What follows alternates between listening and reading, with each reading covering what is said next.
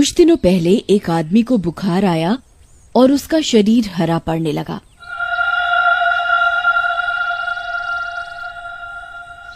उसे देखने गांव के बाकी लोग आए कि आखिर क्या मामला है। गांव वालों ने जब उसे बिस्तर पर लेटे हुए तड़पते हुए देखा तो बहुत दुखी हुए। हाय, ये दर्द लगता है जान लेकर ही मानेगा। हाँ, इस बुखार का कोई इलाज नहीं कर पा रहा। हाय, मैं क्या करूं? हाँ, हाँ। ये क्या हुआ है तुम्हें भाई? तुम्हारे शरीर का रंग हरा होने लगा है और तुम्हारे शरीर पे ये फोड़े फुंसी कैसे निकल रहे हैं? पता नहीं भाइयों, ये मुझे शायद इस जन्म के पापों का फल मिल रहा है। गांव वाले आपस में खुसुर फुसुर करते हैं। अरे गोपाल भैया, इस कुष्ठ रोगी से दूर रहो, छुओ मत, वरना ये फोड़े फुंसी तुम्हें भी लग जाएंगे। वैसे भी ये कितने दिनों का मेहमान है। सही कह रहे हो भैया, कितनी बुरी हालत हो गई है इसकी। पता नहीं कौन से बुरे कर्म करे हैं जो ऐसा फल मिल रहा है। ये खबर पूरे गांव में फैलने लगती है और अब गांव का कोई भी आदमी या औरत पीड़ित के पास नहीं जाता था। उसकी हालत दिन पर दिन और खराब हो गई और देखने में वह बहुत बदसूरत लगने लगा। कोई भी उसकी शक्ल देखना पसंद नहीं करता था। फिर एक दिन, अरे भाइयों, मैं क्या कहता हूँ कि इस कुष्ठ रोगी को गांव के बाहर फेंक आते हैं। इस मनहूस की जब भी बात होती है दिन खराब हो जाता है। हाँ, सही बात है। गांव में रहेगा तो इसकी बीमारी पता नहीं कितनों को लगेगी। सारे गांव वाले उसे उठाते हैं और गांव के बाहर छोड़ आते हैं। अरे, ये तुम लोग क्या कर रहे हो? मैं भी इस गांव का हिस्सा हूँ। मैंने भी इस गांव के लिए काफी कुछ किया है। अब मेरा समय खराब है तो तुम लोग मेरे साथ ऐसा नहीं कर सकते। चल चल, पड़ा रहे यहीं। तेरे लिए अब हम पूरे गांव को खतरे में नहीं डाल सकते। पता नहीं क्या रोग लेके चल रहा है। पीड़ित गांव वाला चिल्लाता रह जाता है पर उसकी कोई नहीं सुनता और ठंड भरे दिनों में कुछ दिनों तक वह आदमी ऐसे ही दिन रात रोग से तड़पता रहा और एक रात तड़पते तड़पते उसकी मौत हो गई।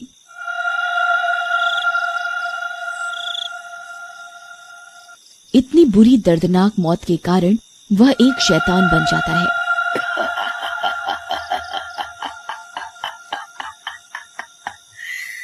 आखिर मुझे दर्द से मुक्ति मिल ही गई। पर गांव वालों, मैं तुमसे बदला जरूर लूंगा। तुम सबने मिलके मुझे गांव से निकाला था ना, खुद को बचाने के लिए। पर अब तुम लोगों की उल्टी गिनती शुरू।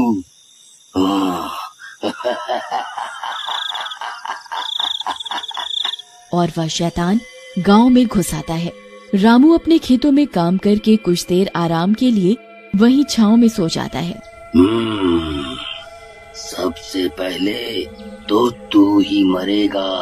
अच्छा हुआ जो मुझे यहीं मिल गया। फिर गुस्से में शैतान सोते हुए रामू के हाथ में अपने नुकीले दांतों से काट लेता है। अरे भाई, कोई मेरी मदद करो, अरे मर गया रे। जिसकी वजह से उसके बीमार शरीर का वायरस रामू में चला जाता है।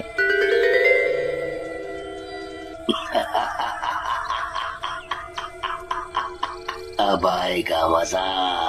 और वो वहाँ से चला जाता है। 2-3 दिन बाद रामू की तबीयत और भी ज्यादा बिगड़ जाती है और उसके शरीर में फोड़े फुंसी निकलने लगते हैं।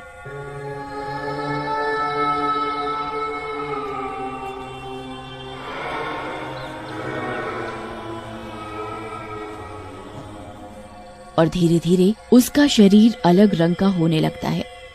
अजी, ये आपको क्या हुए जा रहा है? आप कितने डरावने लगने लगे हो। मैं आपके साथ नहीं रह सकती। अरे भगवान, तुमने तो कसमें वादे किए थे कि पूरी जिंदगी मेरी सेवा करोगी और 2 दिन में ही परेशान हो गई।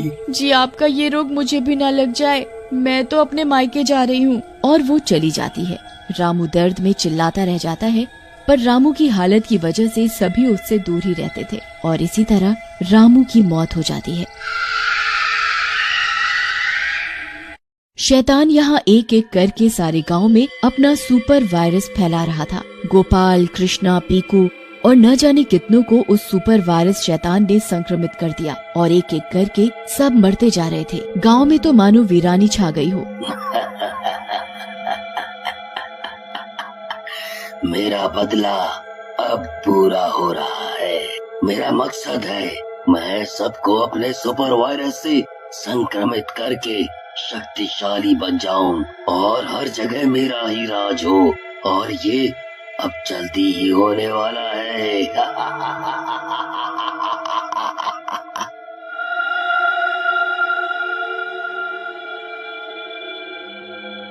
उसी बीच शहर से हरिया का एक रिश्तेदार आया जिसका नाम रामकिशन था, जो कि शहर में बहुत बड़े अस्पताल का डॉक्टर था। हरिया को बीमार देखकर वह दुखी महसूस करता है। अरे हरिया भैया, ये तुम्हें क्या हो गया है? तुम्हारी तबीयत इतनी खराब हो गई और तुमने मुझे खबर तक नहीं दी। अगर मैं आज घूमने नहीं जाता तो मुझे पता ही नहीं चलता। और ये बताओ भैया, कैसा माहौल है गांव का? गांव में इतनी शांति कैसे है? अब क्या बताएं तुम्हें, पता नहीं हमारे गांव को किसकी नजर लग गई है। गांव की तो जैसे शांति ही चली गई है, जिसे देखो बीमार ही पड़ा जा रहा है और एक एक करके सबकी मौत होती जा रही है। रामकिशन ये सुनकर थोड़ा दंग रह जाता है। अच्छा, पर ऐसे कैसे? जैसे मेरे शरीर पे फोड़े निकले हैं, ऐसे ही बाकी सबके शरीर पे निकल रहे हैं और बुखार खांसी बढ़ते ही कुछ दिनों में सबकी मौत हो जाती है। पता नहीं मैं भी कब तक जीवित हूँ। जब तक चल रहा है चल रहा है, जहाँ भगवान का बुलावा आएगा मैं भी चला जाऊंगा। रामकिशन बहुत दुखी होता है। तुम चिंता नहीं करो, तुम्हें कुछ नहीं होगा। अब मैं आ गया हूँ ना। और वह हरिया का ब्लड सैंपल लेकर उसी वक्त शहर निकल जाता है। वहाँ जाकर वह लैब में खून की जांच करता है तो हैरान रह जाता है।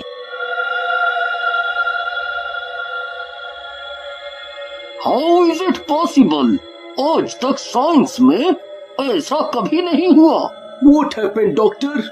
लुक, इस ब्लड सैंपल में एक वायरस के रूप में शैतान का चेहरा नजर आ रहा है। कुछ चीजें ऐसी होती हैं जहाँ साइंस काम नहीं आती। इसका जवाब तुम्हें साइंस से नहीं, किसी तंत्र मंत्र से मिलेगा। रामकिशन उसी वक्त वहाँ से निकलता है और एक बड़े ज्ञानी बाबा के पास जाता है और उसे पूरी घटना बताता है। मैं समझ गया वत्स, चलो मुझे उस जगह पर लेके चलो। डॉक्टर रामकिशन बाबा को उस गांव में लेकर जाता है और हरिया की हालत दिखाता है। देखकर बाबा उन्हें आंखें बंद करके कुछ मंत्र बोलते हैं और उन्हें दिव्य दृष्टि में उस शैतान का चेहरा नजर आता है। बेटा, मेरा ज्ञान ये बताता है कि यहाँ के लोगों ने एक आदमी के साथ दुर्व्यवहार किया था, जो अब शैतानी रूप में सबसे बदला ले रहा है, ये सुपर वायरस फैला के।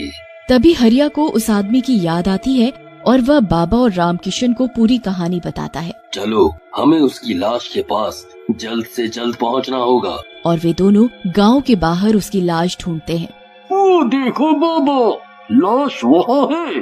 तभी शैतान वहाँ प्रकट हो जाता है। वह बाबा को अपनी लाश के पास जाने से रोकता है। बाबा अपनी ऊंची विद्या से उस शैतान को बंदी बना देते हैं और उसकी लाश को नष्ट कर देते हैं। जैसे जैसे उसकी लाश नष्ट हो रही होती है, वो शैतान भी अपना अस्तित्व खो देता है। फिर बाबा हरिया के पास आते हैं और उसे भी चमत्कारी शक्तियों से ठीक कर देते हैं। देखो हरिया, तुमने और सबने पाप तो किया है, पर अब इसका पश्चाताप करने के लिए उस आदमी के नाम से गांव के मंदिर में हवन करवाओ, जिससे उसकी आत्मा को शांति मिल सके और गांव की सुख शांति भी वापस आ जाए। सभी गांव वाले वैसा ही करते हैं और हंसी खुशी रहने लगते हैं।